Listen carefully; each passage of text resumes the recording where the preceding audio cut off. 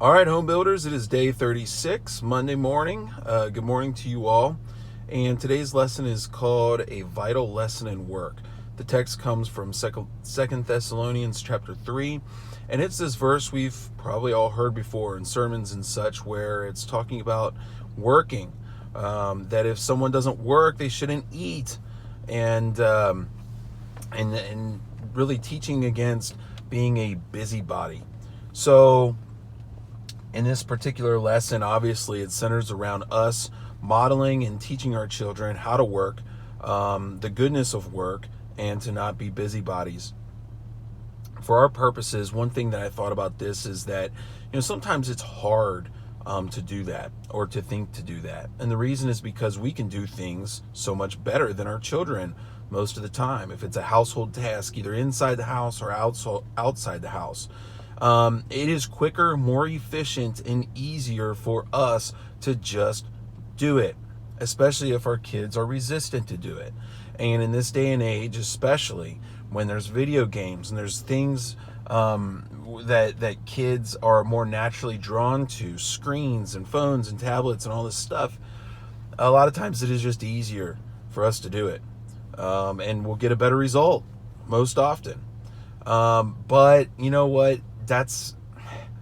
It does take effort to teach our children, and teach our children is what we're supposed to do. I have to make an intentional effort if I'm teaching my kids in this kind of way. I have to take a couple minutes and brainstorm what are some tasks, what are some small pieces of this that I can assign for my kids to do, that they're capable of doing. Preferably things that they can do all on their own, and so that they can learn the satisfaction that comes with doing good work. I've learned a lot in doing this from my wife, and especially from Terry, because they have figured out ways. Terry knows how to teach children by giving them small tasks when she's in the kitchen, and I see that. If they're canning green beans, or if they are baking pies or cookies or something like that, she has taught the kids how to work the mixer, how to do this or how to do that.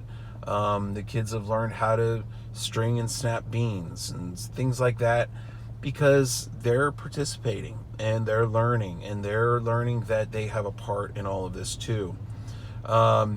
Sometimes we get pleasantly surprised at how well the kids do things, and sometimes maybe even, maybe almost as good as we do them.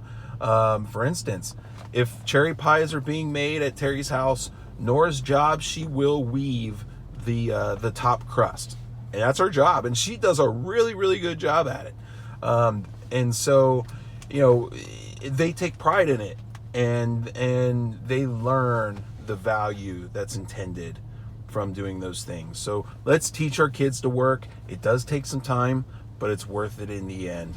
Have a great day, everybody. Love you. See you soon.